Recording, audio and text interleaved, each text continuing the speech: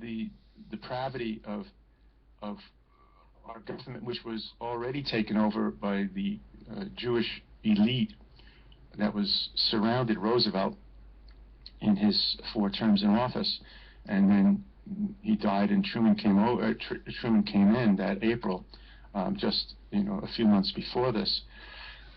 So it's just a terrible blot, and of course we started the war by Churchill and Roosevelt had a conversation that they desperately needed to get us into the war, so they concocted the story of putting sanctions on Japan, and then they put oil sanctions on them, knowing full well that they had to attack, provoke them, and they got what they wanted, and with Pearl Harbor on December 7th, 41, and it was, which of course we were well aware of, and this is well written about. What's his name? Has done James Perloff. Go to jamesperloff.com and look at the false flag stories that he's written about this, and he goes into it. I was funny because I was going to write a major article about all the false flags since 1898, the Maine, Lusitania 15, Pearl in 41, Gulf of Tonkin in 64, 312 babies slaughtered in their incubators, 9/11, weapons of mass destructions, all of these prerequisites to get the public ready and wanting war. James Perloff, James, let me stop you for just a second here. Every now and then, you got to take a breath. Yes. But yes. James Perloff has been on my show before, and I think it's a real tragedy what was done to the Japanese people. The women, children weren't the warriors here, but more women and children have been killed in America. In America, part of our government, or at least companies subsidized by our government, have killed over 60 million of our children, and they're selling the body parts. This, to me, we are the enemy. I keep... It's kind of almost a little irritating and distracting. I keep hearing Don Henley in the background singing, "We met the enemy and he is us." It's and this whole thing about Pollard,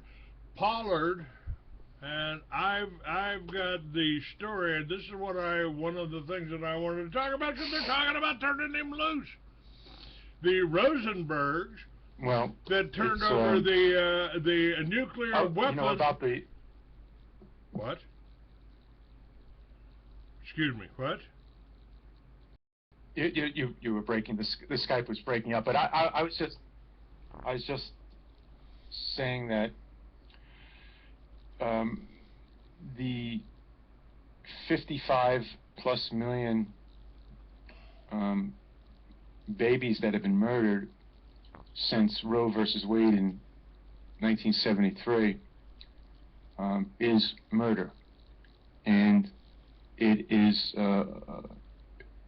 and now that you have Planned Parenthood getting caught up in this selling of the parts of these aborted babies, I don't know how low we can go.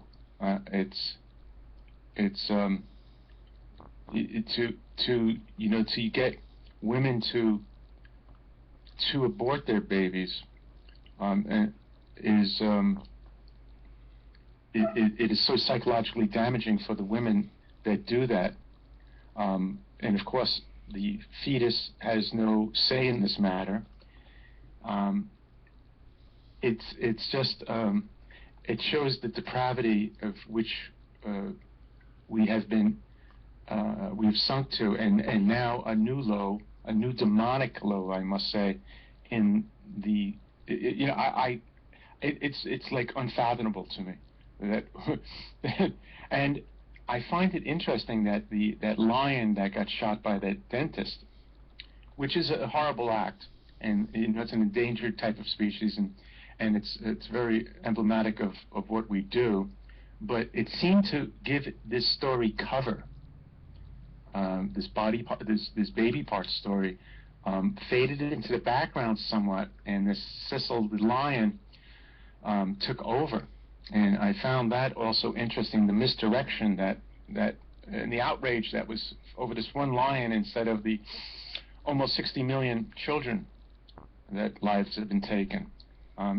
People just don't understand. We're talking about life. We're talking about the most precious thing in life is new life. And what happened to get this all about was the feminist movement that was started mainly by Jewish women, Frieden and what's her name, Betty Friedman, and the other one that was the magazine, the CIA magazine girl. These people, they were very influential in starting the feminist movement in the early and mid '60s, which was out to cause a breakup of the family unit. I have no problem with giving women equal.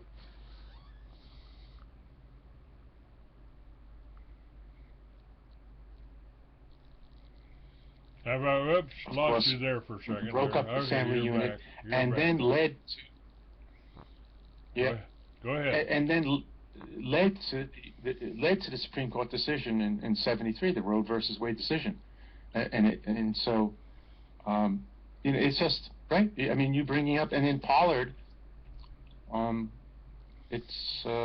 he was the biggest spy ever caught in the United States.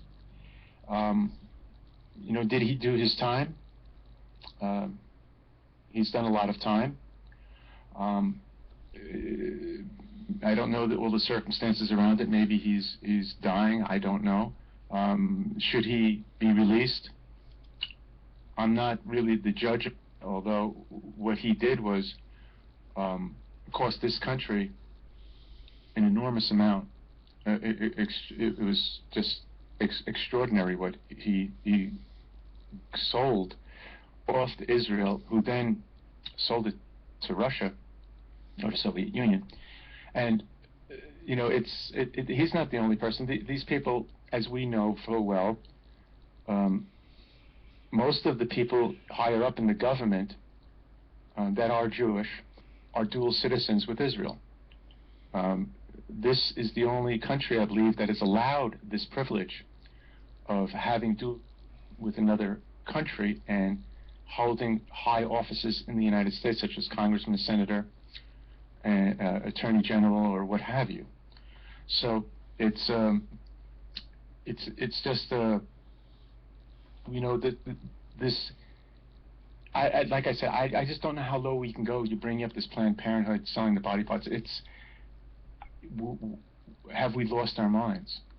I think we have lost our minds. This is what I see happening on television now. Goes way beyond programming.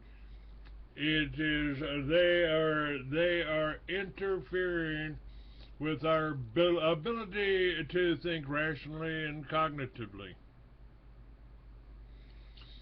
And well, this is for sure. I mean, you're correct with you just say one word, fluoride, and it's we're the most fluoridated country in the world. Matter of fact, the amount of people is around 3/4 of the people's water supplies in this country are fluoridated, which, when you add it up, is about equal to the whole rest of the world's people that are fluoridated. So fluoride in the water, and now it's being added to all these other products. This is, of course, it's an immense poison that it causes cancer. It's just it lowers your IQ 7 points on certain tests, and You know, it goes on, and you just can't think straight. And it's an overall dumbing down of the populace. You know, I might have said before on your show, I like bringing it up, that in 1950, the average 14-year-old boy in the United States knew 25,000 words. 49 years later, in 1999, the average 14-year-old boy in the United States knew 10,000 words.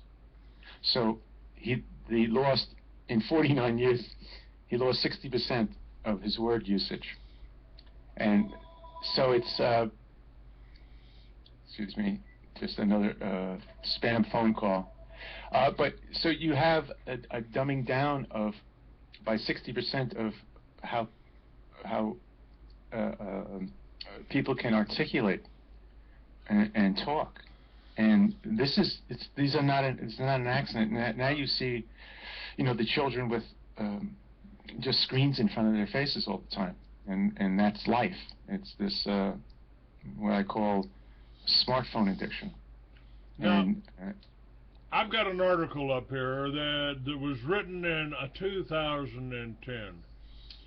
Since that article was written, Veterans Today says, Gordon Duff from Veterans Today, who's, by the way, since I've been broadcasting on Veterans Today, because they got 200,000 subscribers, since I've been broadcasting on Veterans Today, they started up another VT, another Veterans Network, after they were fired, after the principal was fired from Veterans Today. But since I got approved by Veterans Today, they've started up a competing network and done their damnedest to demonize Gordon Duff. And Gordon says that, and here's why they're demonizing Gordon Duff. Since this article was written in 2010, we have learned that Pollard's handler was Bibi Netanyahu himself, passing America's nuclear secrets to Russia, and of course building the nuclear arsenal for Israel. And that's all happening right now. Here's the premier of a country that was the handler of Benjamin Netanyahu, and when Benjamin Netanyahu walked in to our U.S. Congress, he had how many? 3 standing ovations for whatever little whiny speech? No. He had I have the number exact. I believe it was 41 standing ovations in like a 45-minute speech. I'll be right back, sir. Keep talking. Yeah. It's let me see. I have the number. It was where did it go? Anyway, it's I'm almost, 41 standing ovations he got. That was the second time. That was his last speech. I think the one before that he had 29 standing ovations. This is more than our own president gives when he gives the State of the Union to the joint session of Congress. So it's and I believe it's his 3rd time speaking in front of both houses in the joint session. I believe it's the most of any foreign leader ever. Maybe Churchill has 3. I'm not sure, but anyway, it's you have you know who owns you. I mean, this is in so many ways, you know. It's, and you bring up, you know, since we were talking about Hiroshima and Nagasaki, you bring up Israel and nuclear weapons, and you know they're yelling and screaming about Iran trying to have their own nuclear, which, by the way, they're part of the IAEA and they have every right to, which the state of Israel, the country of Israel, or whatever you want to call it, the theft of Palestine, Israel, has not signed on to these international treaties, tells the world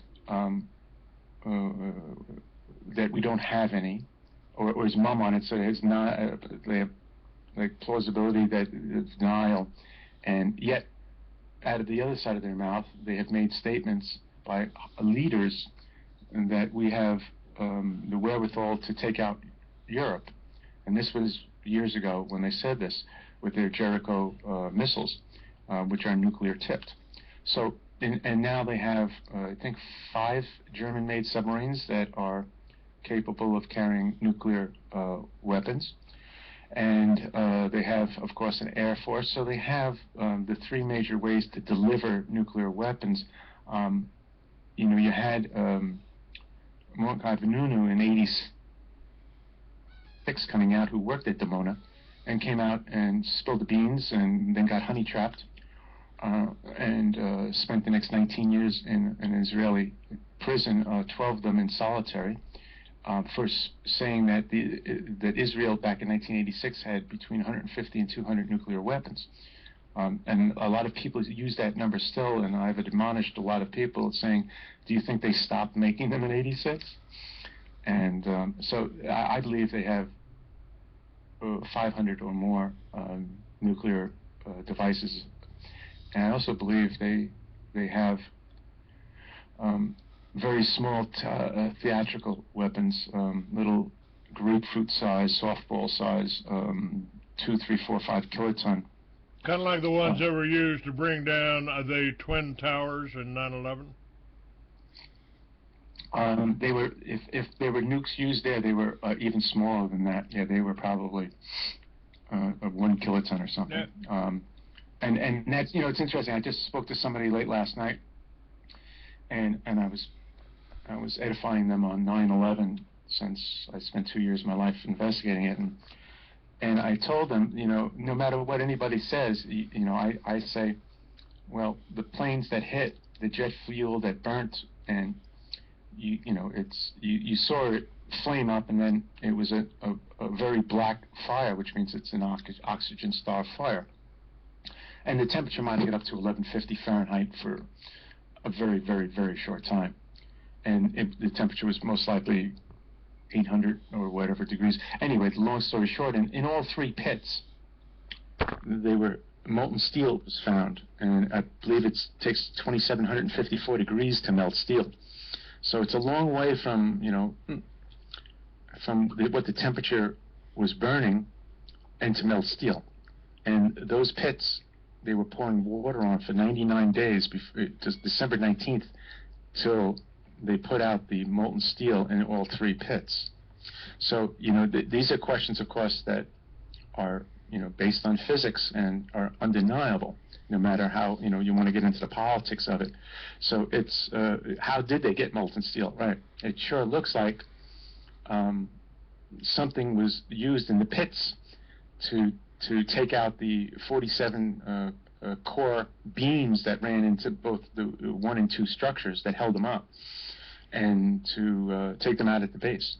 So, and then along the way they had also its key certain places, as you see in the puffs that come out the sides, other detonations. And as we all know, on July 24th, 2001, for the first time in the history of those buildings, which I saw being built, I went to LaSalle Academy, the oldest Catholic high school in the United States, down in Lower Manhattan in the Bowery, and I was on the track team and ran by those buildings as they were being built in the early 70s. And so they were owned by the Port Authority of New York and New Jersey, and they were then leased on 8 weeks exactly, 56 days before, on July 24th, to one Larry Silverstein, a Zionist Jew that brags that he has Sunday night conversations with Bibi Netanyahu, and so they had 8 weeks to rig it, which is just about a good time to do it. And it's, you know, the loss of life in the 3,000 souls that got lost there is a horrible act, but what followed in the war on terror that is now ongoing forever, and the perhaps 1 million to 2 million innocent souls that have lost their life, mostly Iraqi, but also in Afghanistan and elsewhere. It's, you know, the Americans seem to be fine with this. The Americans seem to believe that some guy in a cave could stand down their Air Force. I mean, you talk about conspiracy theories. Could they come up with anything more preposterous?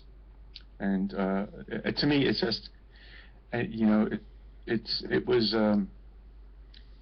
of course a watershed day, and it was just another false flag in this whole lineage of false flags to get us hopping mad, so we would go get this guy in a cave in Afghanistan.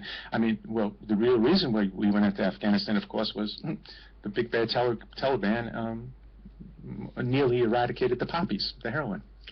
And as soon as we and the British went back in there and took control of mostly the fields, and the production of heroin within a few years spiked straight up, and it was you know, giving 80% of the people in the world the heroin, which is worth untold money. I mean, we're talking huge amounts of money. So, and that's not the only reason that this whole thing happened, but it's you know, people don't understand the banking systems, and it's the heroin trade and the drug trade. What happens, the whole war on drugs, and where the monies are laundered, and you know, let me put in a plug. Let me put in a plug right now, Mark, that I discovered 25 years ago that George Bush, as CIA director, was financing Manuel Noriega, or at least profiting off of Manuel Noriega, who was controlling an air base in Panama, keeping it clean, to bring in, and they brought in over 100 plane loads of cocaine into Albrook Air Force Base. I ran the story in my motorcycle magazine and got a visit from the CIA. We're going to let you live this time, Clay, but don't do anything like that again.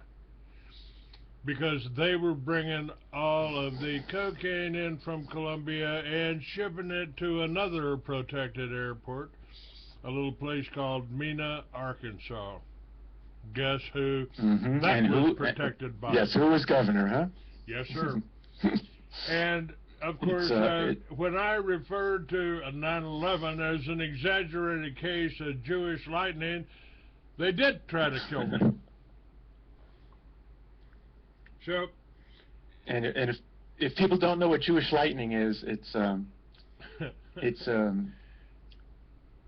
when somebody purposely arsons their business or their home or what have you, or their car, for the insurance purposes.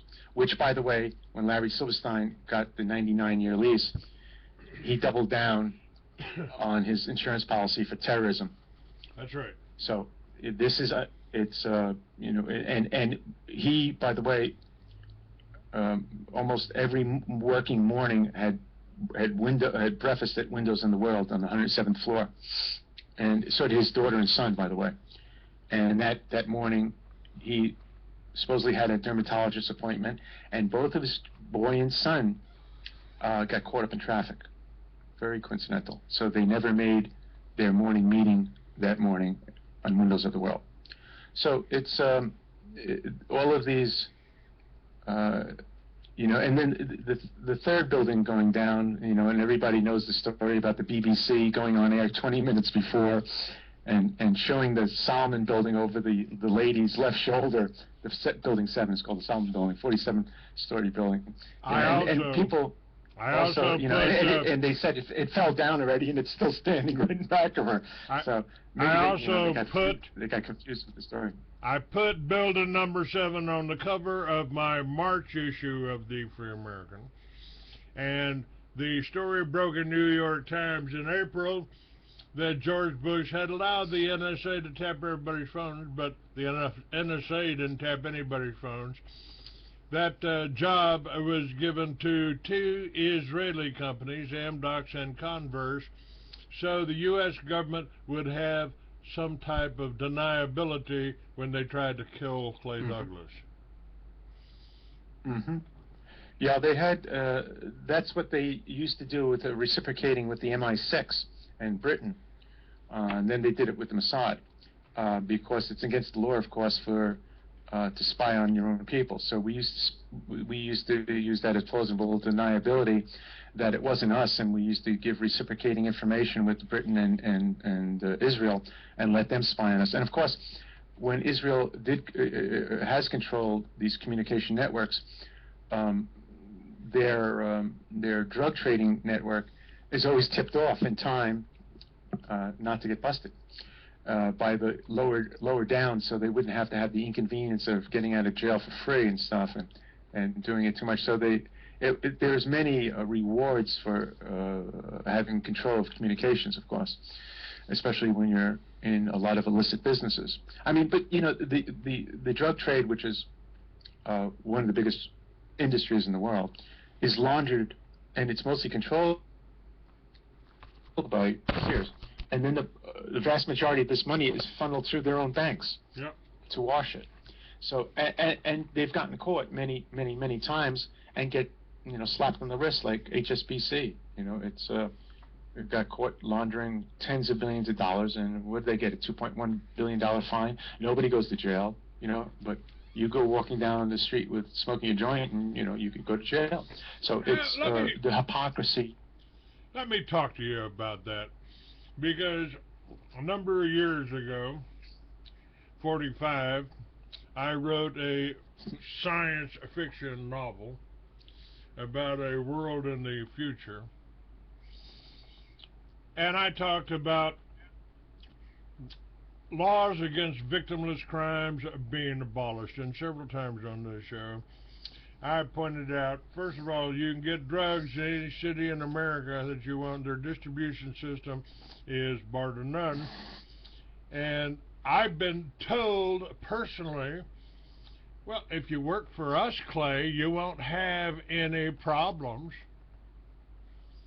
Back when in the 60s, when I had a little bit of pot around, at least I knew who was growing it and bringing it in. And this, if we opened up the border and put tables down instead of fences, and people could bring all of their agricultural products up, and I'm talking about cocaine, I'm talking about marijuana, I'm talking about heroin, lay it on a table and pay the government a duty on it, and let Americans, stone cold, sober Americans, take it home with them, we wouldn't have any organized crime. The government would get rich. Look at what Colorado, how much they're making off of sales of marijuana legally. And yeah. I have a real hard time understanding why no one else is looking at it this way. Oh, that's right. Well, we don't control the media. Go ahead. Yeah, people are realizing, even ex-police are you know, they see the futility of this so-called war on drugs that is a total farce. And you have, you know, upwards of probably 60% of the people in our prison system are there for non-violent drug offenses.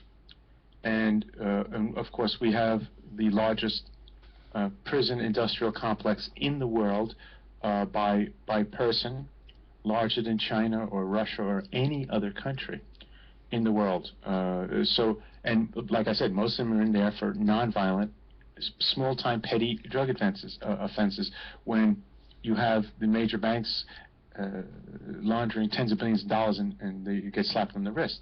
So this justice system, and you know, I brought up on your show before, you have a country that 14 years ago started totally decriminalized all drugs, and there was hell for them to pay, because the people that know what Portugal was embarking on 14 years ago, they knew the outcome. They knew that now, 14 years later, we know that their heroin rate has been cut in half.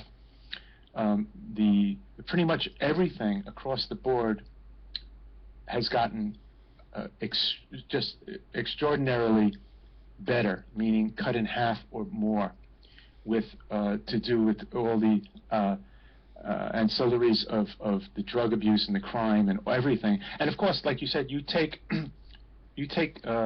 mostly you take out the organized crime aspect of it, which of course they don't want to do because they're making hundreds of billions of dollars on drugs, and keeping people stoned out of their mind, especially on heroin and stuff, stoned out of your mind, and then they have the fear of incarcerating them. So it's a win-win-win, this phony war on drugs.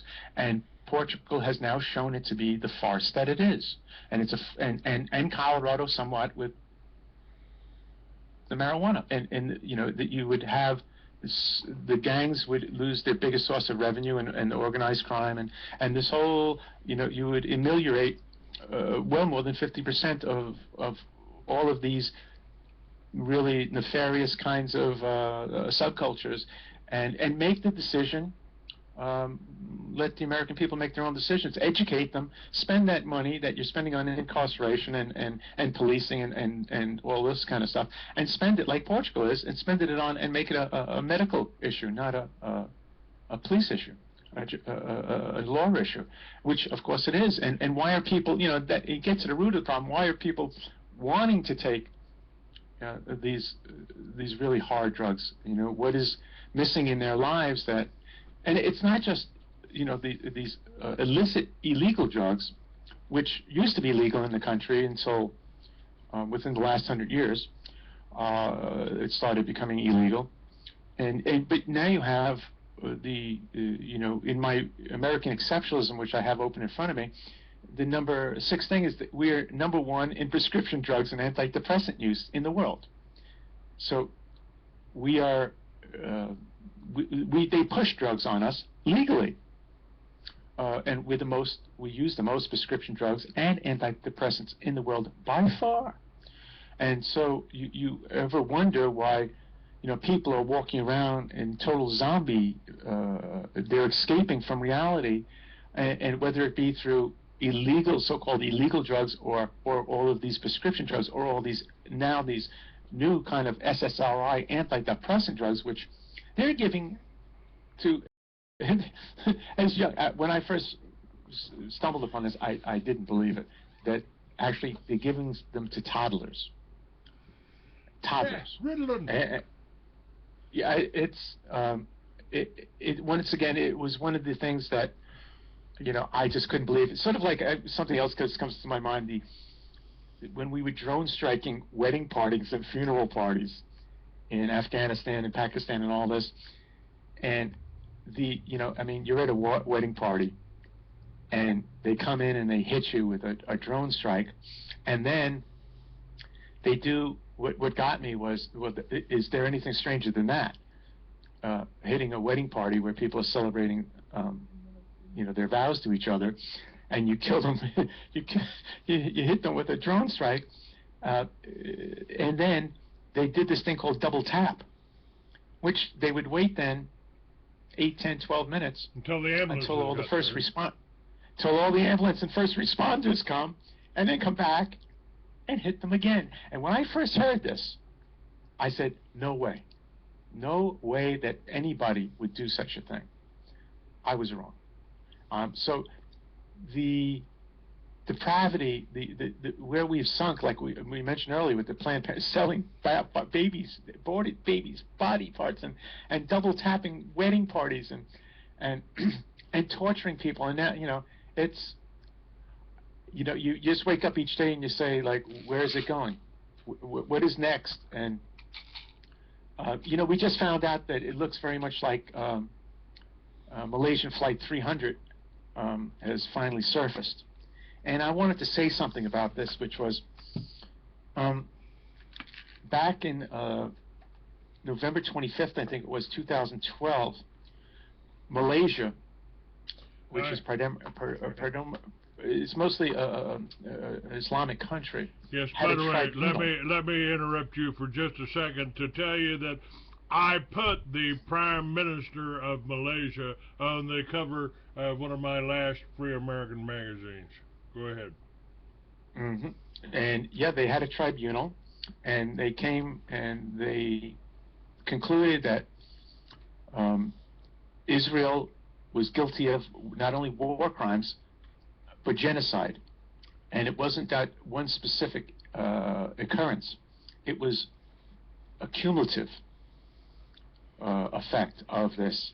And so you have a country, and then I learned that the Malaysian government does not let Israelis into their country, nor do they let their own citizens into Israel, unless you have the highest clearance through their government, the Malaysian government. They just don't want these people near them. And so you have them having a set of balls to say such a thing. And you know, I sort of reprimand myself because I know the way the game is played, and I could have foresaw what was going to happen. I knew that they were going to get hit. And so you all of a sudden have a Malaysian Flight 300 disappearing out of the sky. I wonder how that happened. I wonder, you know, and then you have last year, and you have the Malaysian Flight 17 getting taken down over the Ukraine. And so you have two Malaysian Boeing jetliners full of people falling out of the sky. And the second one was a 2-for-1. It was a kill two birds with one stone. They got back Malaysia, but they also demonized Putin with it. So I wonder who could have done both of these things. I mean, it's just, what I'm saying is that, of course, it was this rogue country on the eastern shores of the Mediterranean that happened to have paid them back. And so Malaysia, you know, had to know that that's what these people do. And so it's a brave thing that they came out and they did this. Not many people know this, and not many people, you know, connected the dots to realize that both these, you know, Malaysian jet planes, one gets totally lost and one gets shot out of the sky. You know, so that's the reason why they were taken out. And of course, we know that, you know, in the whole Ukraine thing, that's a whole. Let's talk about that for a second. You know, I have been telling people that the whole Cold War was a farce or a false flag, that the Russian people have never been our enemy. However, the Russian leaders, who weren't Russian, according to Alexander Solzhenitsyn, Nobel Prize winning writer, he said they hated Russians. They hated Russians, and I think the whole Cold War was exactly what they're trying to do now. And what we've got is the Jews, the real Jews, the ones that pretended to be Jews. And, you know, Jesus warned us 2,000 years ago, beware the Jews who said they're Jews but are not, are of the synagogue of Satan. We've got that happening right now, don't we? We sure do, and you know, that's a story that I'm sure most of your listeners know about, the so-called Bolshevik or Communist Revolution of the fall of 1917, which was a euphemism because it was a Jewish revolution financed out of New York by World International Jewry to take down the Tsar. Yeah, and Jacob take Schiff over. was one of them. Jacob Schiff was a major player. Yes. Go ahead. Yep. Yes, he was. Yeah, and there's, you know, it's a, and Solzhenitsyn himself has said that upwards, he says 60 million of us were taken out, and you have a real Holocaust. And what they did with the the priests, when they formed the Soviet Union in 1922, it was like 90% Jewish, although most of them changed their names. And when they first took over Russia, they got the guns from the people, and so they can't defend themselves. And then they made it a law to say anything bad about Jews. So you had, and then they started picking them off, and they came after the priests. And if anybody saw the end of Braveheart, that's what they did to the priests and worse. And they desecrated most of the churches in Russia, and then proceeded to annihilate 60 million of the white Christian Russians. And the people that fought back were many people, but they didn't do it in strong enough numbers and in a cohesive way, and they got full of fear, which Solzhenitsyn writes about, saying, if only we waited for them with pitchforks when they were coming in the hallways, and just did whatever we had to do, they might have turned the tables. But Ukraine was very in their face and very revolutionary, and so the people in the power of the Soviet Union, which was again primarily Jewish, in the 1932, Ukraine is a breadbasket of the Soviet Union, as akin to our Kansas or Iowa, Nebraska section in the United States. And what they did is they starved them out, and upwards of at least 6 million people in the Ukraine, in the breadbasket of the Soviet Union, were starved to death. And this is the death that they really prefer, because it's the worst death you can have is starvation. And I've sensed in the last few years, I'm mostly Irish, German, French, and I always believed, many years ago, the story of the potato famine in the late 1840s in Ireland. And it was a terrible thing, but it was a potato famine. Well, that's somewhat true, and it wasn't just 1.5 million people. It looks like 5.2 million Irish were systematically murdered at the hands of the British, who were being, and mostly, by the way, starved to death. At gunpoint, the British were taking all the food out of Ireland and systematically starving the Irish people to death, to the tune of approximately 5.2 million Irish. And so who was in charge of England that did this in the late 1840s? Oh, let me see. It was the same group of people that had control of England, and they had already control of England since the Battle of Waterloo in 1815. So, and before that they already had a stranglehold, but they got complete stranglehold after Waterloo. So you had the Jewish Rothschild banking families that were in control of England, and they slaughtered my ancestors in Ireland, and not slaughtered them, they slow deathed them, the worst death in the world, starvation, and then they did it again in Ukraine in 32 and 33. The same thing. And when the Germans came in to Ukraine, they were seen as liberators, huh?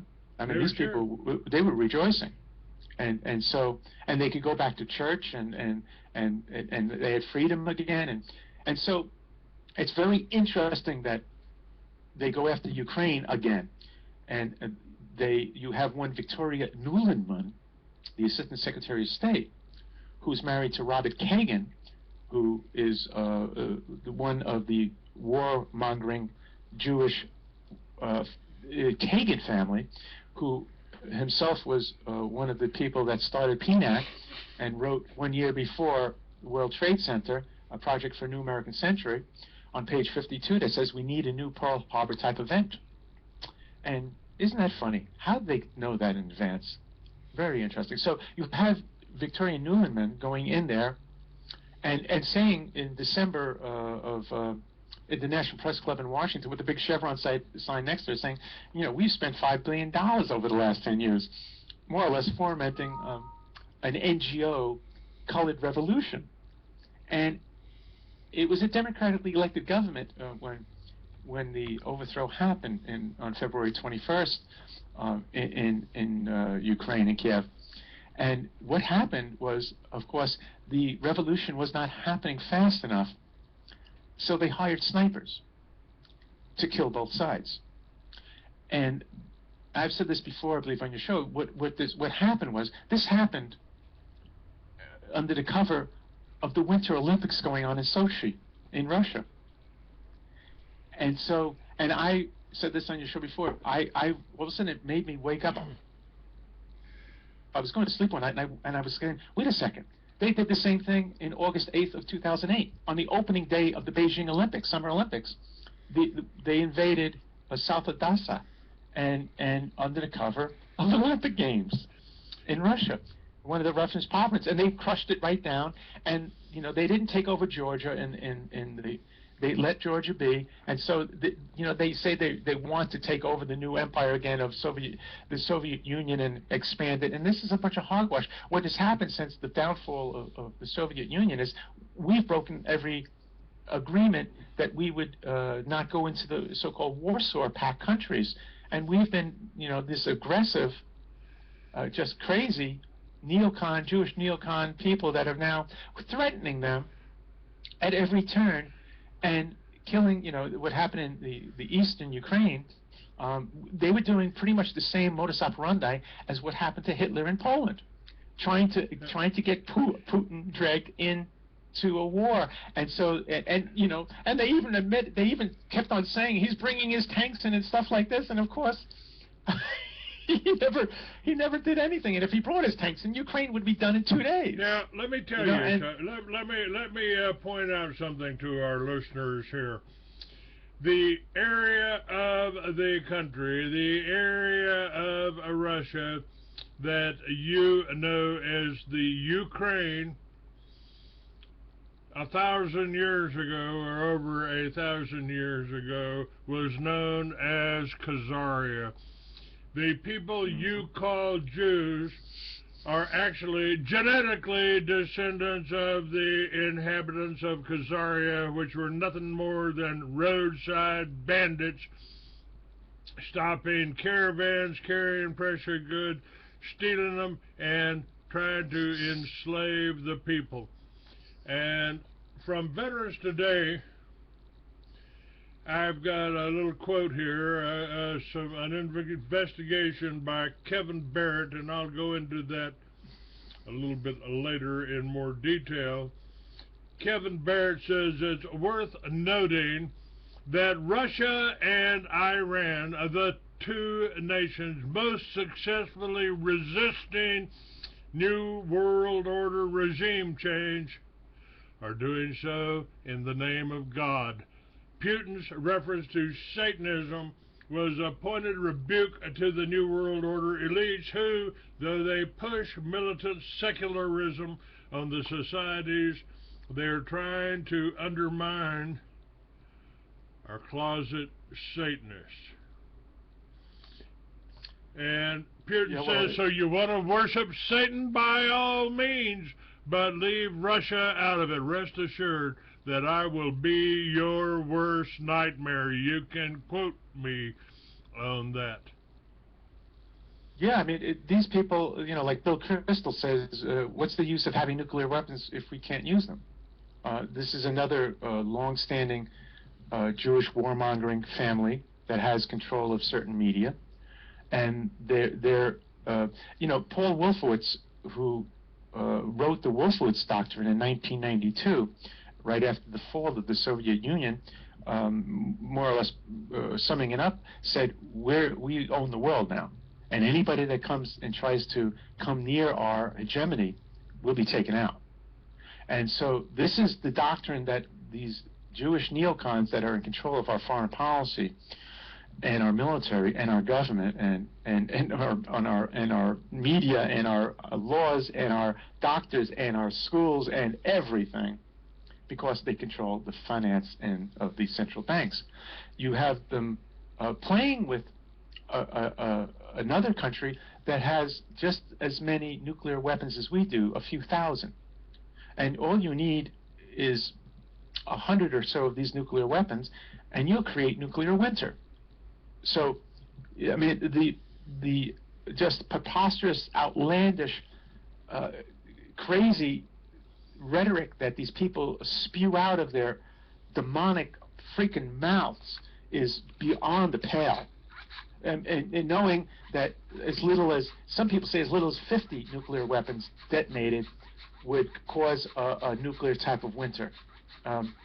Which, by the way, you know, back to Israel, as I said earlier, I believe they have at least 500. And they've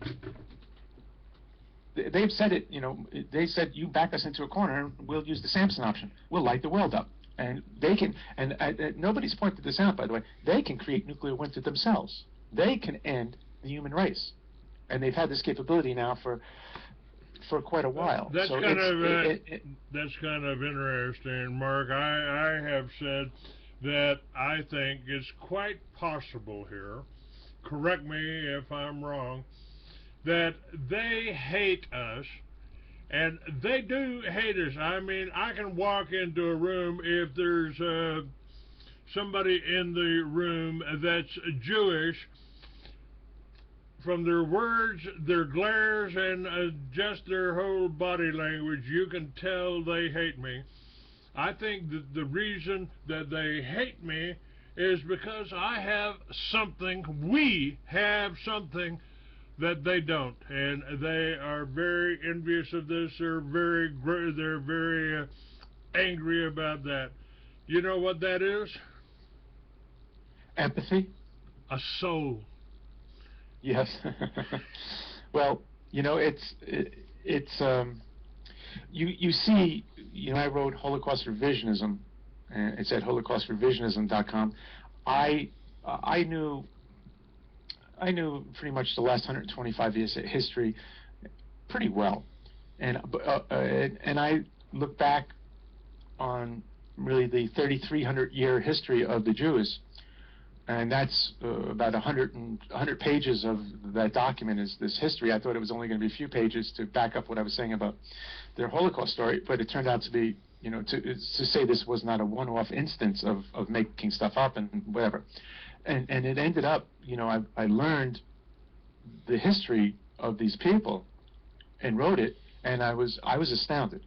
I mean, they've gotten put out of probably around 12 to 1,300 places, and you know, people say it's 79 countries or 108 countries, but it's numerous times, and you know, there are all these people throughout all history that, and they've come back, and they come back like Rome. In Rome, they kept coming back and getting control, and then, you know, in Rome tried to annihilate them twice. I mean, to kill every one of them. In 70 AD and 115 AD. I mean, they wanted to kill every one of them. What would make somebody want to do that to somebody? I mean, to go to that, or you know, Queen Isabel and King Ferdinand and saying get out of Spain in 1492, or them getting kicked out of England in 1290, or it goes, you know, it just goes on, and it's never them. This is the thing. They have not learned about. It's always the other people. It's always their fault. It's always, you know, it was Hitler. It was everybody but them, and they go on the offensive. And by the way, you know, you're correct with the whole Khazar and them starting to convert in 740 AD, and it's located in the Ukraine section, and they're mongrels, and these people, it's around 93% or so of the people in Israel that people think are Jewish are not the Semitic Jews from the Bible. There's probably around 7% or so of the Jews that are actually from that region, the Semite Jews. And these other ones, these Khazarian Jews, have have sort of a disdain for these Semitic Jews, as well as the rest of humanity. I mean, this is the thing, is that they have a hatred for the rest of humanity, and it's a deep-seated hatred. And I don't like using that word, but it's true, and it's been going on forever. And they get away with it. They're cunning and ruthless and deceitful.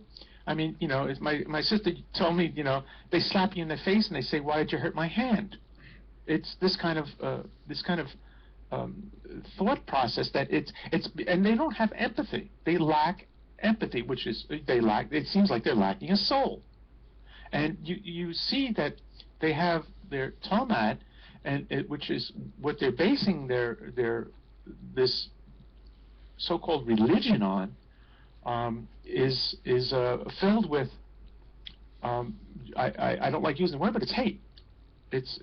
When you read the passages, once again, when I started learning about it, when certain people started bringing it up, I said, no way, you know, even though I already knew the arrogance of the Jews from being from New York and seeing it firsthand, just so disproportionately compared to anybody else that I've ever was brought up. And I was brought up, as I've said before to you, in Elmhurst, Queens, New York, which is the most ethnically diverse neighborhood on earth. The county of Queens is the most ethnically diverse county in all the 3,100 plus counties in the United States, and in the little town I was from, Elmhurst, is the most ethnically diverse neighborhood on earth. So I saw everybody. It was a melting pot of all melting pots, and the only people that started rubbing me the wrong way when I was a kid, I saw these male Jews, and I was like, what's with these people? They're a bunch of arrogant, freaking, just in your face. And, you know, the first time I said, oh, I didn't realize, you know, they were Jews. I was young. And as I grew older and older and living in New York, it was the same kind of arrogant behavior. And not all of them, but the disproportionate amount of arrogance compared to anybody else I've ever met is just out of the ballpark. And so what makes them the chosen people? What makes them call us goyim, which means cattle? Which and the Talmud said, you know, we could kill you, we can rule over you, you're our servants, you know, this kind of thing. And Mary was a harlot and a whore, and the Blessed Virgin Mary, and Jesus should boil in his own excrement, and you know, it's just it's almost like unbelievable. All of these, and you see them now because of the usury, and you see people, by the way, throughout all history. I mean, you know, you take a look at Martin Luther. His last book in 1543 was on the Jews and their lies. He realized who they were. His last sermon was saying, get these people out of Germany and Bavaria and Saxon, and most likely, you know, he was taken out by them, and that's what they do. They're very good at assassination. It's like, you know, you go back to John F. Kennedy, and it's like, well, who killed the supposed killer? Jacob Leon Rubinstein, otherwise AKA Jack Ruby, you know, a Jew, and who just happened to be in the kill zone with a brand new Bell and Howell camera? Oh, Abraham Zapruder, 32nd degree Mason Jew. I mean, this is not coincidental. The same thing happened on 9/11 with the French brothers. When the only video documentation of Flight 11 going into the North Tower was taken by these two French brothers who just happened to be Jewish. This is, you know, and you see that the Jews are only 0.2% of the world's population. I don't mean to hearken on the Jews, but, you know, we have to. I'm sorry, we have to. This is a life and death situation. I have grandchildren, and somehow my children, my sons, must understand the truth so their children don't have to go through what I've gone through. Now, Alexander Solzhenitsyn got a Nobel Prize after spending, I don't know quite how many years in a Russian prison, but I've got his quotes. How many? I don't know exactly, but it was a long time in the gulags, yeah. Yes. In the prisons. He said, and I've got it up on the top left-hand corner of my website, before anything else, you must understand. The leading Bolsheviks who took over Russia were not Russians. They hated Christians. Driven by ethnic hatred, they tortured and slaughtered millions of Russians without a shred of human remorse. It cannot be overstated. Bolshevism committed the greatest human slaughter of all times. The fact that most of the world is ignorant and uncaring about this enormous crime is proof that the global media is in the hands of the perpetrators, Alexander Solzhenitsyn. And I said, they call them Zionists or neocons today, and they hate Americans of all colors, especially whites.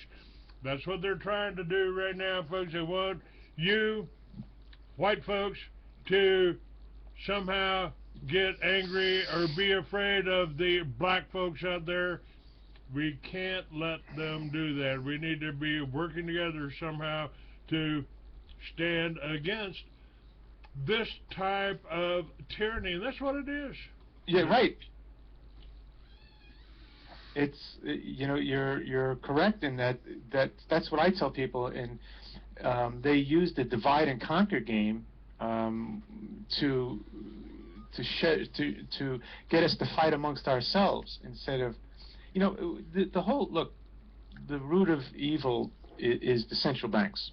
This is where the rubber meets the road type of thing, and you have them in control of almost every central bank in the world.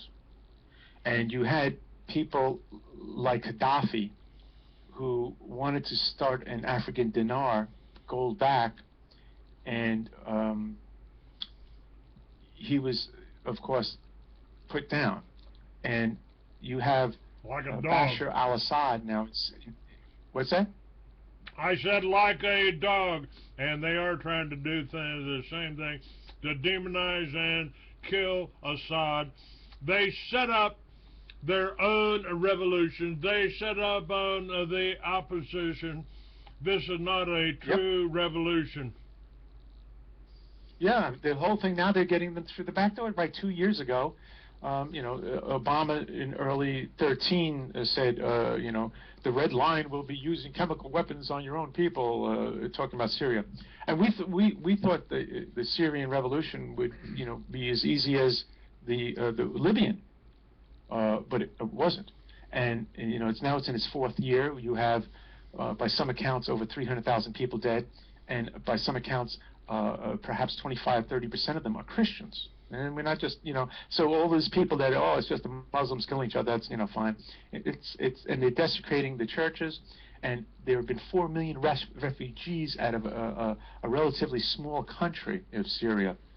And they've held it together. It's, and then 2 years ago, we blamed them, the day the UN inspectors come into Damascus, we blamed them of using chemical warfare on their own people. And the rallying cry was, we're going to have to invade you now. We told you can't do this.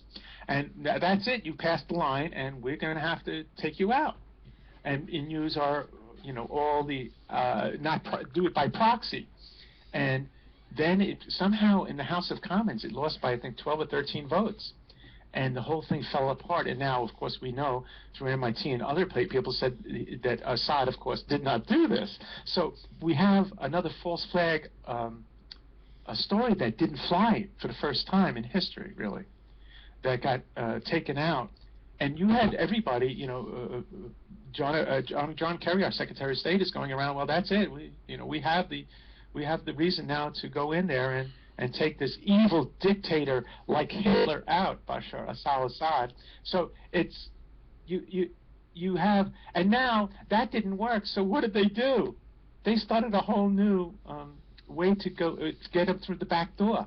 ISIS. They start ISIS, right? Yeah. They start ISIS, and they let ISIS loose and fund them, and the Israelis and the royal Saudi family, who are also Jewish, wonder why these savage Muslims have never attacked Israel.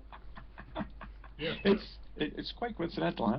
So and now you have, it's so convoluted in Syria that now we are now saying that we're going to open up, we're going to bomb if they're fighting the wrong people. I mean, it's getting that what it's coming down to is now it's almost out in the open that we can take out Assad's people, Assad's army. And so in a very 2-year convoluted, crazy scenarios to get Syria, because Syria is just a proxy to go after Iran, and because these are the countries, and of course the Soviets have a naval base in Syria, as they did in Crimea. They had their only one war mortar port that went out to the Mediterranean, beside the one in Syria, and so that's why Crimea, of course, had a referendum. What did they vote? 97% that they wanted to succeed, and we were saying they overthrew them militarily. The stuff that comes out of these, the propaganda from these neocons and their newspapers and their media, it's like, but they know the game. They know the psychology. If they say it long enough and loud enough, most of the stupid Americans, the willfully ignorant Americans, as George Carlin used to call them, will believe it. And it's, this is, nobody has, it's like everybody, excuse my language, but, the people don't have a brain or a set of balls left to do anything. They've become, just this passive, zombied on alcohol and drugs and pornography and gambling and sports and all of these distractions to take us away from what is important. And it's and everybody knows this. I mean, and the Russians came in and they brokered a deal to stop this onslaught 2 years ago, when they said they chemically did their own people. They played the really smart hand by saying, well, we can broker a deal to get all of the chemical weapons out of Syria. And that was like, oh damn, that trumped us. And they did, and they got them all out. And they just went another way in. But you have a lot of different people now fighting in there. Hezbollah and Iran and Soviet Union is feeding them stuff so they don't fall. Because we're doing, of course, and Israel and Saudi Arabia are doing everything in our power to take down Syria. And like I said, now it's in its 4th year of this so-called civil war, and they're not going down. And so it's this proxy type of war that we've been doing for a long time, and this is just the latest one. And since the end of, I remember reading this like 15 years ago, since the end of World War II, it was an average of 44 wars are going on any day in the world, of skirmishes, that are going on, which is what I've said for the longest time, that's why our military is there. That's why the British used to be the mercenaries for the world. For the mercenaries, the British, I've said this before on your show, the sun never sets on the British Empire. Well, it wasn't a British Empire. It was the Rothschilds' empire. And they went in, and they raped and pillaged, and they stole the resources and enslaved the labor of all the countries and all around the world. And they used the British Navy and armies as mercenaries to do this. And in 1897, we took over that mantle. And what did we do the very next year? We started our first World War, the Spanish-American War, with the false flag with the USS Maine in Havanas Harbor. I mean, and we've been doing it ever since. We're the mercenaries in the world. We have our bases now 1,000 bases in over 150 countries, controlling everything. And if we don't control it militarily, we just whack your ass. Or we'll send in, with the new game they played, the CIA-backed NGOs for these colored revolutions, like the National Endowment for Democracy and these kind of groups that foment, and now they're being kicked out of Russia and China. They're finally catching on that these people, this is the 5th column inside your gates that we've been putting in. And so, and that's all these colored revolutions, that's what it was started. It wasn't started by the people themselves. It was started by us. And the same thing happened in Hong Kong last year. When you explain, just a second here, when you, if you don't mind here, I just got disconnected from one of my stations here. Alrighty. And if you don't mind, explain to the audience what these colored revolutions are what they are.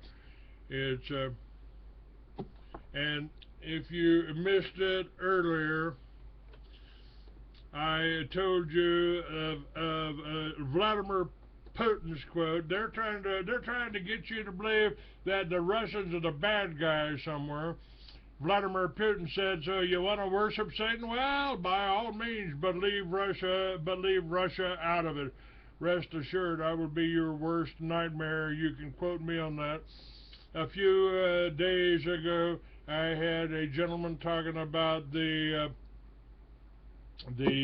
church in Russia, and Putin goes on to state that the Washington Times reported that in his State of the Nation address, Mr.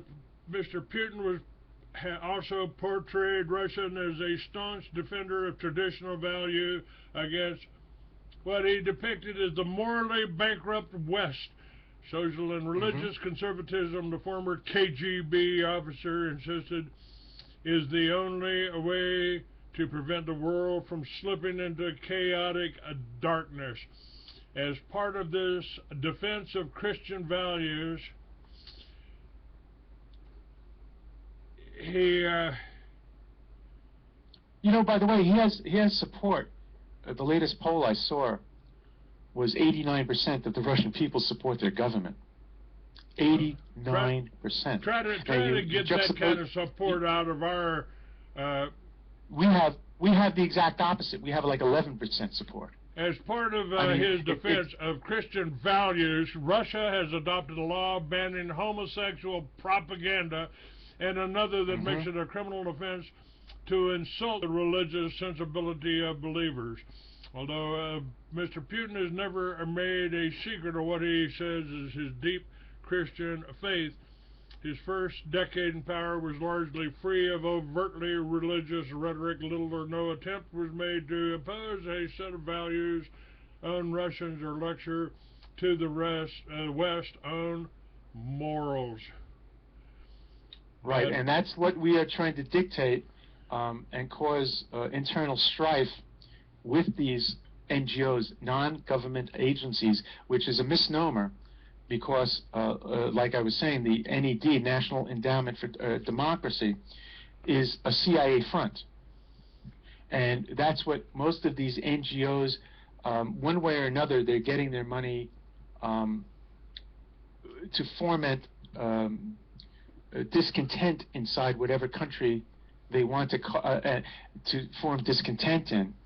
Like when Putin won the last election, there were people out in the streets of Moscow demonstrating.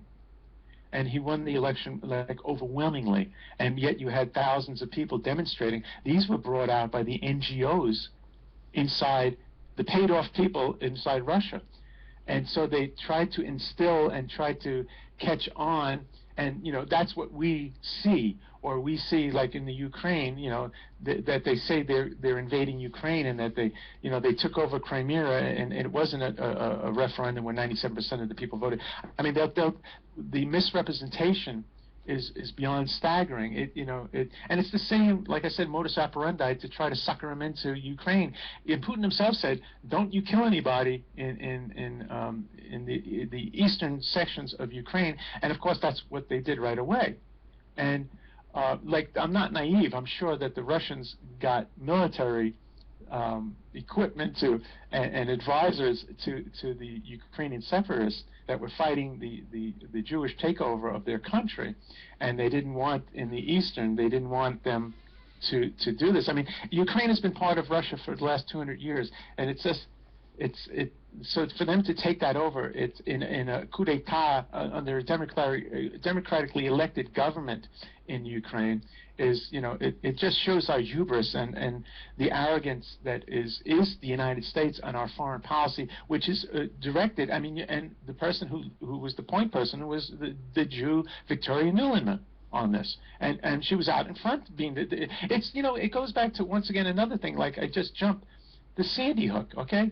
You know, whatever happened in Sandy Hook, you see after the fact, 95% of the politicians that's come out right after it, and say we need to curtail our Second Amendment rights. And 95% of these people, these politicians that are saying this, are Jewish. Isn't this coincidental that Chuck Schumer and Rahm Emanuel and Dianne Feinstein and these all of the, and Michael Bloomberg and all of these freaking Jews are coming out and telling you that we can't defend ourselves, which is exactly what they did in Russia after their revolution in the fall of 1917. They took the freaking weapons away from the people so they could then freaking annihilate them. Isn't this coincidental? This is why coincidence. Even the Jews will come up front and tell you this. And what we've got here, folks, is Putin's reference to Satanism was a pointed rebuke to the New World Order elites who, though they push militant secularism on the society, they are trying to undermine our closet Satanists. And if you doubt that, you should run the name Lieutenant Colonel Michael Aquino, Aquino, through a search engine. Aquino, an avowed Satanist and a credibly accused mass child abuser, was rewarded for his crimes against children with an appointment as Chief of Psychological Warfare for the U.S. military. I mean, folks, I've talked about this too. I want to get your input on it.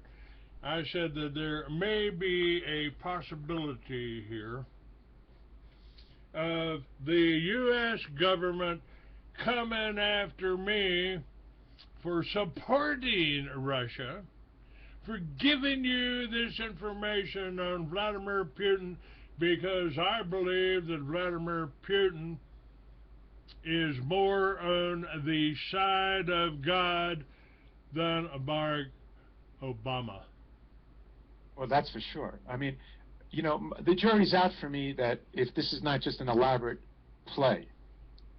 But I can say that Putin has handled himself as a statesman. And you know, let's not forget, this guy was KGB, okay? But he has held himself, and he is being bullied about by us and these neocons that are driving our foreign policy. And we are pushing, and I mean, it very much looks like, you know, we're doing everything in our power to make him make the wrong move. So then we can say, you see? And I mean, like I said, we've tried it on and on in the Ukraine. I mean, how many stories were there about, you know, the tanks coming into the Ukraine? And like I said before, if they wanted to take the Ukraine, it would be taken in a few days. It's done. I mean, we're talking about the second strongest military in the world, and equal nuclear weapons with us, and a lot of the weapons are a lot more sophisticated than ours.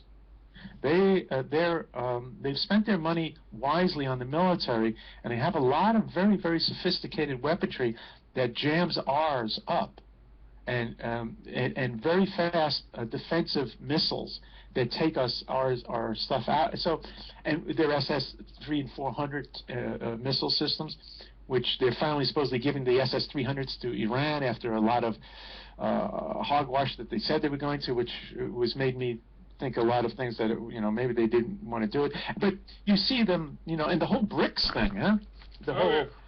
Let's talk about that, because that is, I've said that it's quite possible. Correct me again if you disagree or if you think I'm wrong here. The whole system here is quite possible that Russia and China,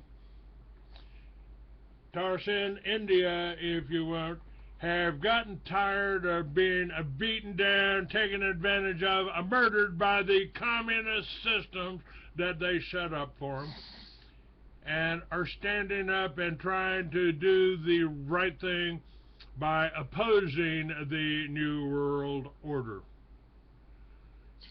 Well, once again, what they're doing is that they realized that since 1944, in what was called Bretton Woods, where the Federal Reserve dollar was created, and well, it wasn't created there, but it was then put in as the de facto reserve currency for the world, which it still is. And that's the only reason why we're still standing. We have, financially, we have played just enormous games with everybody else in the world, and not only through coercion and assassinations and buying off political leaders, and the whole the hitman thing, what the economic hitman type of stuff, but also just financially, straight up financially, which is the beginning of the hitman thing. We lend you money to their leaders to bring in our own corporations to build dams or roads or whatever, and nobody gets any of the money. Then they fall into, they can't pay their loans back, and then the the IMF and the World Bank come in, and then we want pieces of like we're doing to Greece. We're taking all of their assets, stripping them of their assets. I mean, this was a Goldman Sachs was the people that got, primarily got the Greece into this bad situation. They themselves got them somewhat into the bad situation, the Greek bad governments, and they're really over-socialized many things. But the Goldman Sachs is what they finagled them and cooked their books to get into the EU, and then they redid their loans. I mean, they're just kicking the can down the road. But the BRICS, the Brazil, Russia, India, China, and South Africa, which makes up the BRICS core, and now they have more than around 60% of the world's governments backing them, and well more than 60% of the population on the planet backing them, because we're trading in the United States dollars. What it comes down to is, and we are, what is called quantitative easing. We've been printing up in excess of trillions of dollars, and what that does is, of course, devalues our currency. And when people are holding our currency, which is what the reserve, everybody has to do, is hold the currency and as a reserve, and also trade in the dollars. What it makes is, when you're holding the dollars and they're being devalued by the country in which the dollars come from, meaning the United States, the Federal Reserve notes, when we're debasing our own currency by printing up out of thin air trillions of dollars in quantitative easing, what they call euphemistically quantitative easing, which, by the way, then we're buying back half that quantitative easing was going to pay to take the bad liabilities of the banks off their balance sheet and buy it from them at 100% of the dollar, not mark to market. And so you had the Federal Reserve then, and the other, like 40% of the money was going to buy pretty much our own bonds back. It's like cannibalization. And so you have, and then they're suppressing the whole gold and silver, the precious metal markets, in the futures markets by putting out these naked short sells in the futures markets, and they've been doing it for 3 years just so people don't run to it, because people started to in 2011 run to the dollar, run to the precious metals, because the dollar was losing its value, and now, so they said they stopped quantitative easing, and the same day they said they stopped quantitative easing last year, they got the Bank of Japan and the Bank of Europe to start quantitative easing. The amount of games that are being played, we're in a bubble, and it's not going to end well. And I've said for 2 years now, I believe it's going to end in the fall of 2016. And historically, that's when things happen. And I can go back, I can tell you a few instances, is that on March 31st, 1968, LBJ comes on national television and says, "I'm not running for re-election." He then becomes a lame duck, which is akin to a total power vacuum in Washington. 4 days, Martin Luther King's assassinated. 63 days later, Bobby Kennedy's assassinated. You fast forward 12 years, Carter, Mondale lose to Reagan, Bush. Carter is now instantaneously a lame duck. 5 weeks later, the top person for peace on the planet is assassinated, meaning John Lennon. And it happens during this lame duck power vacuum. You fast forward to to what happened with Bill Clinton. He signed the Commodities Futures Act on December 21st or 22nd of 2000. 30 days, he signed it 30 days before he left office, which totally deregulated the derivative markets and didn't put anything. And right before that, he took out the Glass-Steagall Act and another act. So he gave his Jewish neocons, meaning Alan Greenspan and Robert Rubin around him, everything that they wanted, and Larry Summers, everything they wanted. So you have, and this happened, but the last one, the commodities futuration, it was 30 days before he left office. Which the derivatives thing, the bubble in derivatives, is some people say, well over $2 quadrillion, maybe $2 quadrillion, which means 1,000 billion or 2,000 billion, a trillion, dollars, trillion with a T. So you have, then you have in the 2000, on September 15th, 2008, baby Bush is a total lame duck, and what do? They pulled the plug on Lehman Brothers and caused the financial meltdown of 2008. So they do this when it's a total lame duck situation and the power vacuum happens. So I have said for 2 years, I believe the financial meltdown will happen in this late summer, early fall of 2016, knowing the prior history of the lame duck power vacuum issue. And so I have called, actually I have a date that I picked out. It was actually, it just came to me, Monday, October 24th, 2016. And why that day? Because I noticed that they love numbers, and I'm not going to get into all the different things, but they love numbers in certain days and da-da-da. Israel turns exactly 25,000 days old that day. And I know it sort of sounds strange, but this is 15 days before the election of the next president, which of course doesn't matter because what are we going to have?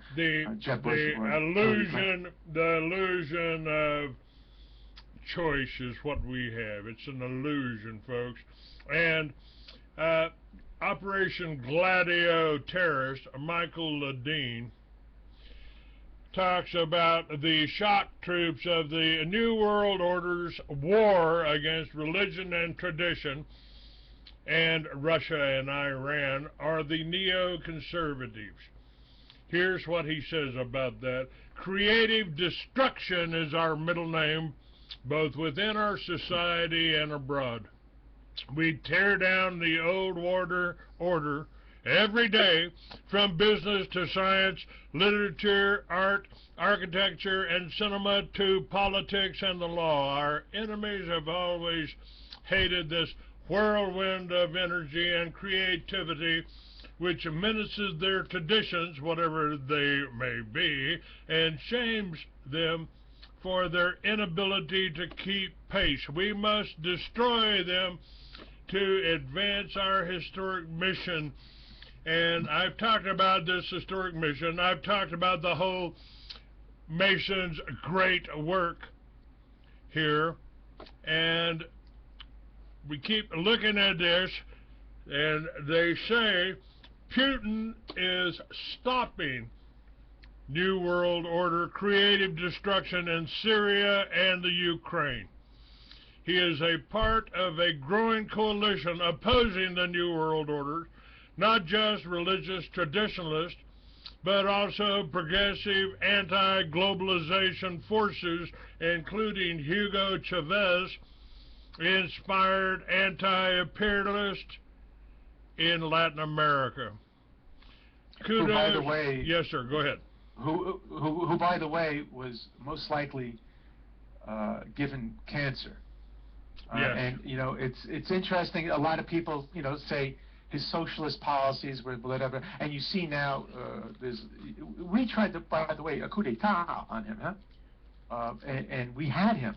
Matter of fact, there was a picture the next morning in the New York Times with our ambassador around the supposedly new leader's shoulder. That's how far it went, and he got out of that. I'm not going to get into all the particulars, but he got out of it.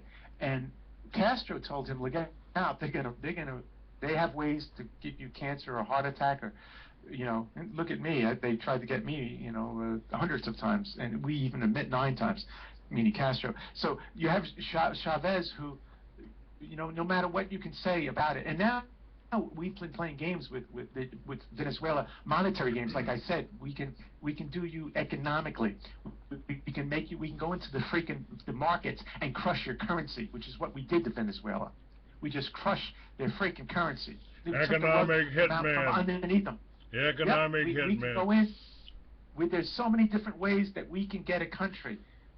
Kill the leader, assassinate and buy them off, or ruin you economically by shorting your freaking currency on the forex markets. And anyway, you know, let me tell everybody something, that this financial thing is going to happen. And, you know, I will, like I said, predicted for two and a half years now. It's going to happen in the fall, late summer, early fall of next year, to 16. What you can do to help yourself, if you do have any money, which nobody has any money anymore because we've been stripped of money the last 47 years of the middle class has been just an incremental going downhill. And the last 8 years has been more and more pronounced. What you can do throughout all time, there's been 599 fiat currencies. Every one has failed. Okay, if you don't give it a debt jubilee, it is destined to fail. This usury back system with fractional reserve, 10 timesing the money out of thin air. What you do, every time a fiat currency has gone down in history, every time people run to precious metals and commodities, things that are real. The price of silver right now is under $15 an ounce. The price of silver versus gold it's about 75 times. So you need 75 ounces of silver to buy 1 ounce of gold. Historically, it's between 12 and 20 ounces. So it is undervalued between 4 and 6 times compared to historic. That's why I say silver. It will equalize. It will go back. And so I believe silver will go up and be the greatest asset that you can have in this time of what is going to happen over the next few years. And this thing we're not going to get out of. It's going to be a nasty time, and I don't like saying this, but this is what is in store. It's going to get bad, and you know, people don't understand, like, about even inflation, that it's a tax on you. That when they first started the Federal Reserve in December 23rd, 1913, and you take it to today, a dollar is now worth less than a penny of what it was 102 years ago. So you have this, and it's inflation, and there was this new index, I can't remember the name, but it was very well done, because all the numbers of the government that they put out are totally phony, including the inflation index. And somebody did a cart of 500 different products that, I think it was 50 or 500, I can't remember, of things that we actually use, and a real true barometer of where the so-called middle class, whatever's left of us, actually spends. And I saw it a few months ago. I was alarmed. I suspected this, but this was well documented throughout every major city in the United States. And what is the cut to the chase about this is inflation for real goods that we have to buy is running between 8 and 14% in every city in the country. The inflation rate is not, 2% or whatever the hell they're saying. The things that we buy, it's running between 8 and 14%, and it has for the last 6-7 years. Well, again, folks, I've told you to grow your own food. Don't grow grass in your backyard. Grow your own food. Install your own energy devices on your roof and all that. Now, Putin is stopping the New World Order's creative destruction in Syria and the Ukraine. Right. He's part of a growing coalition against the New World Order.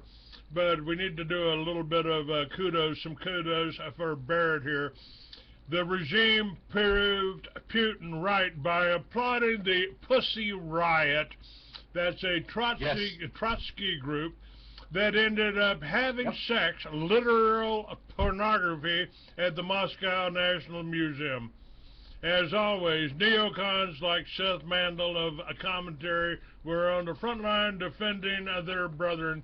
The crucial point here is that Putin, like Immanuel Kant, even John Adams and others, understand that a nation cannot exist without an objective morality, and objective morality cannot exist without a logos. I was going to bring up Pussy Riot earlier when you were bringing up, you said explain more or less the colored revolutions and the NGOs. They're the prime example. They're like the poster girls of this trying to get you from within. Yeah, And a nation cannot exist without objective morality, and objective morality cannot exist without logos, the essence and sustainer of a moral universe. In that sense, whether he notices it or not, Putin is implicitly or indirectly attacking the neo-Darwinian ideology, which states that objective morality is an illusion and has no metaphysical basis. It's here that we find again that neo-Darwinian metaphysics is intellectually useless and worthless because it denies the very essence of a moral universe. As we've noted in the past, serious Darwinists agree that objective morality is an illusion. Noted biology professor Michael Roos once said, "There are no grounds whatsoever for being good. Morality is flim-flam," yet like his intellectual antecedent Charles Darwin, Roos ends up contradicting himself in the next sentence by saying, "Does that mean you can just go out and rape and pillage, behave like an ancient Roman, grabbing Sabine women?" No, not at all. I said there are no grounds for being good. It doesn't follow that you should be bad. Well, duh. If there are no grounds for objective morality, then good and bad are also an illusion. If there is not such a thing as rape or bad behavior, what is good for you? Hang on. Yeah, what this is it comes down to, it's what you're talking about in two words is moral decay, and it's that's what it's leading to, that which is what I was saying much earlier in our conversation about and I've been saying this even before I knew what I know now. I've been saying this for decades, is that they're going after the family unit. Yes, they are. And that's and that was what the whole feminist movement was about. It was about and the discord between man and woman, and the right of men to more or less throughout all time, and not rightly so, because the Egyptians had it more right. They venerated a lot of their women. You see it in their statues. Some of the women actually have their foot in front of the males in the statues, which they've extrapolated. It means that they actually almost have the upper hand, femininity, and so they've played so many games, and they know all of these psychological games that they're foisting upon us, from their Jew Freud on. We would be better off following Putin right now and promoting Putin. And I'm not suggesting going to war. I don't want to kill nobody else. But if there's no grounds for objective morality, then good and bad are also an illusion. There's not such a thing as rape or bad behavior. What's good for you may not be good for me, and there's no way of adjudicating competing explanations in that kind of world. Might makes right. Roos does not really have a problem with this argument here. In fact, he moves on to say that morality is something forged in the struggle for existence and reproduction, something fashioned by natural selection. It is as much a natural human adaptation as our ears or noses or teeth or penises or vaginas. It works and it has no meaning over and above this. If all future foods were pablum, we would probably be better off without teeth. Morality is just a matter of emotions, like liking ice cream and sex and hating toothache and marking student papers. But it is and has to be a funny kind of emotion. It has to pretend that it is not like that at all. If we thought that morality was no more than liking or not liking spinach, then pretty quickly it would break down. Before long, we would find ourselves saying something like, well, morality is a jolly good thing from a personal point of view, when I'm hungry or sick, I can rely on my fellow humans to help me. But really, it's all bullshit. So when they need help, I can and should avoid putting myself out. There's nothing there for me. The trouble is that everyone would start saying this, and so very quickly there would be no morality, and society would collapse, and each and every one of us would suffer. And that's really where we are, folks. We've got the choice. Talked about this yesterday. Yes, good show yesterday. We've got a choice. Do we want to be good or evil? Morality has come across as something more than emotion. It has to appear to be objective, even though it's really subjective. Morality is an illusion put into place by your genes to make you a social cooperator. We need to work together, folks. It's actually behind everything that I do, everything that I suggest here. It's why I study what I do. Because we need to work together. We need to build cooperative communities. I'm not talking about communism here. I'm talking about cooperative communities. You know how to build a radio transceiver? I don't. But I can write a book. I can outline directions. We all have talents and skills, and we need to figure a way to make that work. Not necessarily using the money that the Federal Reserve has tried to make us use. John F. Kennedy had a different view of that, and I carry one of his $5 bills around in my pocket. That's right, United States notes. Yes, sir. Red seal. Issued 1963. And what was the first thing? They were taken out right after his assassination. By who? Within days. By who? Yes, exactly. The incoming president, known as Lyndon Baines Johnson. When you were saying cooperative and all that, there's a quote that I just went to, and you made me think of it. Here's the quote: "All larger organisms, including ourselves, are living testimonies to the fact that destructive practices do not work in the long run. In the end, the aggressors always destroy themselves, making way for others who know how to cooperate and get along. Life is much less a competitive struggle for survival than a triumph of cooperation and creativity." Fritjof Capra. And so this is one of the quotes that I like very much, because the competition, and people have accused me of, like you were saying, like, oh, you sound communist, da da da da. It's like, no. And because we, that's the whole dichotomy too. That the Jews started communism, and they more or less started this corporation capitalism also. They own both sides of the coin, and they get us to not like each other's systems.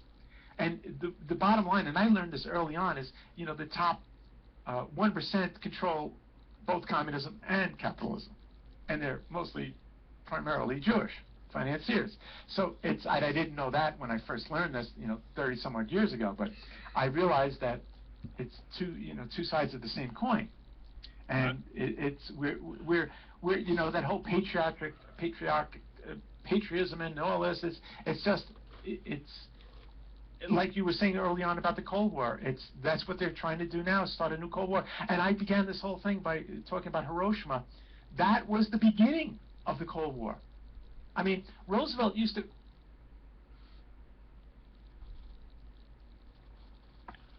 Oops, lost you there. To start you're back. World War II. I mean, anyway, so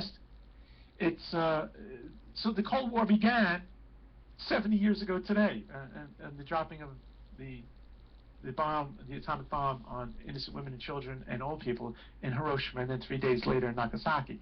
So this was, and now they're doing it again, except, you know, we had, during the whole Cold War, especially the tail end, we had something called MAD, Mutual Assured Destruction. And like I mentioned earlier in the conversation, the Russians have as many nuclear weapons as we do, a few thousand. And so this is mutually assured destruction. We cannot attack them. They don't need to play games on the ground. And if you back Putin into a corner, I mean, when you back any man into a corner, he's going to fight back.